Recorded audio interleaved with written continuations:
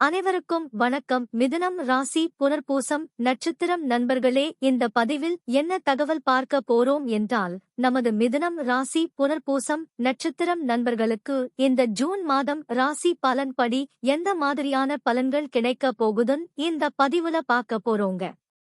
நீங்கள் நமது சேனலுக்கு இதுதான் முதல் தடவை வந்து இருக்கீர்கள் என்றால் நமது சேனலை மறக்காம சப்ஸ்கிரைப் பண்ணிக்கோங்க மற்றும் பக்கத்துல இருக்கிற பெல் பட்டன் பிரஸ் பண்ணிக்கோங்க. அப்போதான் நமது மிதுனம் ராசி புனர்பூசம் நட்சத்திரம் பத்தி எந்த பதிவு போட்டோம் என்றாலும் நோட்டிபிகேஷன் வழியாக உங்களுக்கு தகவல் தெரியப்படுத்த முடியும். மிதுனம் ராசி காலபுருஷ தத்துவப்படி மூன்றாவது ராசி ஆகும் மற்றும் உபய ராசிகளில் ஒரு ராசி மிதுனம் ராசி மற்றும் காற்று தத்துவ ராசி நமது மிதுனம் ராசி. மேலும் மிதுனம் ராசியுடன் 3 நட்சத்திரங்கள் கொண்ட 9 பாதத்து நண்பர்கள் உள் அடங்குவீர்கள். புனர்பூசம் நட்சத்திரம் ஸ்ரீராமபிரானின் அவதார நட்சத்திரம். இதன் முதல் 3 பாதங்கள் மிதுனம் ராசியுடன் சேரும். மிதுனம் ராசி புனர்பூசம் நட்சத்திரம் அதிபதி ஸ்ரீராமர் என்பதால் நமது மிதுனம் ராசி புனர்பூசம் நட்சத்திரம் நண்பர்கள் வேண்டி வணங்க வேண்டிய கடவுள் விஷ்ணு பெருமான் மற்றும் லட்சுமி தேவி தாயார். உங்களால் முடியும் என்றால் ஒவ்வொரு வார சனிக்கிழமை உங்கள் வீட்டின் அருகில் இருக்கின்ற விஷ்ணு பெருமான் மற்றும் லட்சுமி தேவி தாயார் கோவிலுக்கு சென்று கடவுள் வழிபாடு செய்துவிட்டு வாருங்கள். அப்படி செய்தால் உங்களுக்கு வரவிருக்கும் பிரச்சனைகளில் இருந்து உங்களை நீங்கள் காப்பாற்றிக் கொள்ள முடியும். ராகு பகவான் உங்கள் 10ஆம் வீடான தொழில் மற்றும் கர்மஸ்தானத்தில் இருக்கிறார். பொதுவாக உபஜய ஸ்தானங்களான 3, 6, 10 மற்றும் 11 ஆகிய ஸ்தானங்களில் சர்ப்ப கிரகங்களோ அல்லது பாவ கிரகங்களோ அமர்ந்தால் நமக்கு நிறைய நல்ல பலன்கள் கிடைக்கும் என்பது ஐதீகம். நீங்கள் தற்பொழுது ஒரு நல்ல உத்தியோகம் தேடிக்கொண்டு இருக்கிறீர்கள் என்றால் உங்களுக்கு தகுந்த மாதிரி நல்ல உத்தியோகம் கிடைக்கும். ஒரு சில நண்பர்கள் கான்ட்ராக்ட் பொசிஷனில் இருக்கிறீர்கள் என்றால் உங்கள் வேலை நிரந்தரம் ஆகும். ஒரு சில நண்பர்கள் நீண்ட காலமாக புதிதாக ஒரு நல்ல தொழில் ஆரம்பிக்க வேண்டும் என்று நினைத்து கொண்டு இருக்கிறீர்கள். நீங்கள் நினைத்தபடி நல்ல சுய தொழில் ஆரம்பிக்க இது தக்க சமயமாக உங்களுக்கு இருக்கும். மேலும் ஒரு சில நண்பர்கள் நீண்ட காலமாக அயல் நாடு சம்பந்தப்பட்ட உத்தியோகத்திற்காக முயற்சி செய்து கொண்டு இருக்கிறீர்கள். நீங்கள் எதிர்பார்த்த மாதிரி உங்களுக்கு ஒரு நல்ல அயல் நாட்டு உத்தியோகம் உங்களுக்கு சாத்தியமாக கிடைக்கும். தொழில் செய்யக்கூடிய நண்பர்களுக்கு உங்களது வியாபாரம் வளர்ச்சி அடையும். சனி உங்களுக்கு 9ஆம் இடத்தில் இருக்கிறார். இதனால் ஒரு சில நண்பர்களின் தந்தைக்கு உடல்நிலை சம்பந்த பிரச்சனைகள் ஏற்பட வாய்ப்புகள் உள்ளது. அதனால உங்கள் தந்தை உடல் நலத்தில் அக்கறை கொள்வது நல்லது. 9வது பாவத்தில் சனி கிரகம் அமர்ந்து இருப்பதால் கடற்பயணத்தால் ஆபத்தை அடைய வாய்ப்பு உண்டு. நீங்கள் கோவில் திருப்பணிகளில் ஈடுபடுவீர். சோதிட சாஸ்திரத்தில் விருப்பம் உள்ளவராக இருப்பீர்கள். 9ஆம் பாவம் யோகபாவம் என்றாலும் இந்த பாவத்தில் பாவ கிரகங்கள் தீய கிரகங்கள் இருப்பது நல்லதல்ல. உங்கள் தந்தை வழி சொத்து கிடைப்பதில் சற்று கால தாமதம் ஆகும்.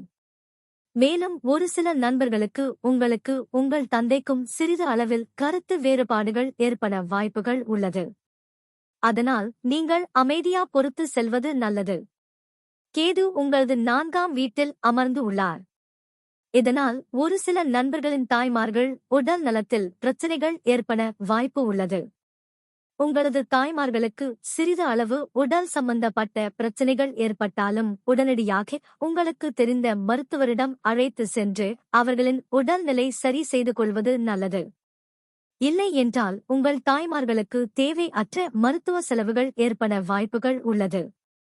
ஒரு சில நண்பர்கள் நீண்ட காலமாக உங்கள் தகுதிக்கு தகுந்த மாதிரி புதிய வாகனம் அல்லது புதிதாக சொத்து வாங்க நினைத்து உள்ளீர்கள். நீங்கள் நினைத்தபடி புதிதாக வாகனம் வாங்கவோ அல்லது சொத்து வாங்கவோ வாய்ப்பு உள்ளது. இரவு நேரங்களில் பிரயாணம் செய்யும் பொழுது எச்சரிக்கையுடன் இருப்பது நல்லது. இல்லை என்றால் தேவையற்ற விபத்துகள் ஏற்பட வாய்ப்பு உள்ளது. தற்பொழுது குரு உங்களது 12ஆம் வீட்டில் அமர்ந்து உள்ளார். இது குருவுக்கு மறைவு ஸ்தானம் ஆகும். எனினும் உங்கள் வீட்டில் தடைப்பட்டு போயிருந்த சுபகாரியங்கள் கைகூடும். மேலும் குரு பகவான் தான் இருக்கின்ற இடத்தில இருந்து உங்களது 4ஆம் வீடான தாயார் ஸ்தானம், சுகஸ்தானம் மற்றும் வண்டி வாகன ஸ்தானத்தை பார்க்கின்றார். இதனால் உங்கள் தாயார் உடல் நிலை சீராகும். மருத்துவ செலவுகள் கட்டுக்குள் வரும். ஒரு சில நண்பர்கள் வாகனங்கள் வாங்கி விற்கும் தொழில் செய்பவராக இருந்தால் உங்கள் வியாபாரம் வளர்ச்சி அடையும். புதிதாக வீடு கட்டுமான பணி ஆரம்பிப்பீர்கள். குரு பகவான் தான் இருக்கும் இடத்தில இருந்து உங்களது 6ஆம் வீடான ருணரோக சத்தூரு ஸ்தானத்தை பார்க்கிறார். இதனால் உங்களுக்கு உடல்நிலை சம்பந்தப்பட்ட பிரச்சனைகள் இருந்தால் அனைத்துமே சரி ஆகும். மேலும் மருத்துவ செலவுகள் கட்டுக்குள் வரும். நீங்கள் வேலை செய்யும் இடத்திலோயோ அல்லது தொழில் செய்யும் இடத்திலோயோ உங்களுக்கு நேர்முக எதிரிகளோ அல்லது மறைமுக எதிரிகளோ இருந்தால் உங்கள் பாதை விட்டு விலகி செல்வார்கள். உங்களது அக்கம் பக்கத்தினர் உங்களுடன் நல்ல முறையில் பேசுவார்கள். முடிந்தவரை உங்களது ரகசியங்களை யாரிடமும் பகிர்ந்து கொள்ளாமல் இருப்பது நல்லது. வேலை செய்யும் இடத்தில உங்களது உயர் அதிகாரி பற்றி யாரிடம் தவறாக பேசாமல் இருந்தால் உங்களுக்கு பதவி உயர்வு மற்றும் ஊதிய உயர்வு கிடைக்கும். செய்யும் வேலை நிரந்தரம் ஆகும். வேலை இல்லாதவர்களுக்கு புதிதாக நல்ல வேலை கிடைக்கும். குரு பகவான் தான் இருக்கின்ற இடத்தில இருந்து உங்களது 8ஆம் வீட்டை பார்க்கிறார். இதன் காரணமாக வசூல் ஆகாத கடன் தொகை வசூல் ஆகும். சொத்து சம்பந்தமான பிரச்சனைகளில் இருந்து நல்ல தீர்வு கிடைக்கும். கணவன் மனைவி விவாகரத்து செய்யாமல் மறுபடியும் சேர்ந்து வாழ வாய்ப்புகள் உண்டாகும். 8ஆம் வீடு உங்களது உடல் நலத்தையும் குறிக்கும் என்பதால் உங்களது உடல் நலத்தில் அக்கறை கொள்வது நல்லது. இல்லை என்றால் தேவை அற்ற மருத்துவ செலவுகள் உண்டாகும். மற்றும் 8ஆம் வீடு என்பது தேவையற்ற வம்பு வழக்குகளையும் குறிக்கும். உங்களால் முடிந்தவரை மற்றவர்கள் விஷயத்தில் தலையிடாமல் இருப்பது நல்லது. இல்லை என்றால் தேவை அற்ற வம்பு வழக்குகள் வந்து சேரும். தற்சமயம் சுக்கிரன் உங்கள் 12ஆம் வீட்டில் குருவுடன் இணைந்து உள்ளார். நீங்கள் ஆண்களாக இருந்தால் பெண்களிடம் இருந்து மற்றும் நீங்கள் பெண்களாக இருந்தால் ஆண்களிடமிருந்து விலகி இருப்பது நல்லது. மேலும் சூரியன் உங்களது 12ஆம் வீட்டில் குருவுடன் இணைந்து உள்ளார். இதன் காரணமாக ஒரு சில நண்பர்களுக்கு உங்களுக்கும் உங்களின் தந்தைக்கும் சிறிது அளவில் கருத்து வேறுபாடுகள் ஏற்பட வாய்ப்புகள் உள்ளது. ஒரு சில நண்பர்கள் அரசாங்க உத்தியோகத்திற்கு முயற்சி செய்பவர்களாக இருப்பீர்கள். உங்களுக்கு தகுந்த மாதிரி நல்ல அரசாங்க உத்தியோகம் கிடைக்க வாய்ப்புகள் உள்ளது. நீங்கள் ஏற்கனவே அரசாங்க உத்தியோகத்தில் இருந்தால் உங்களுக்கு பதவி உயர்வு மற்றும் ஊதிய உயர்வு கிடைக்க வாய்ப்புகள் உள்ளது. தற்சமயம் உங்களது ராசி நாதனான புதன் பகவான் உங்களது 12ஆம் வீட்டில் குருவுடன் இணைந்து உள்ளார்.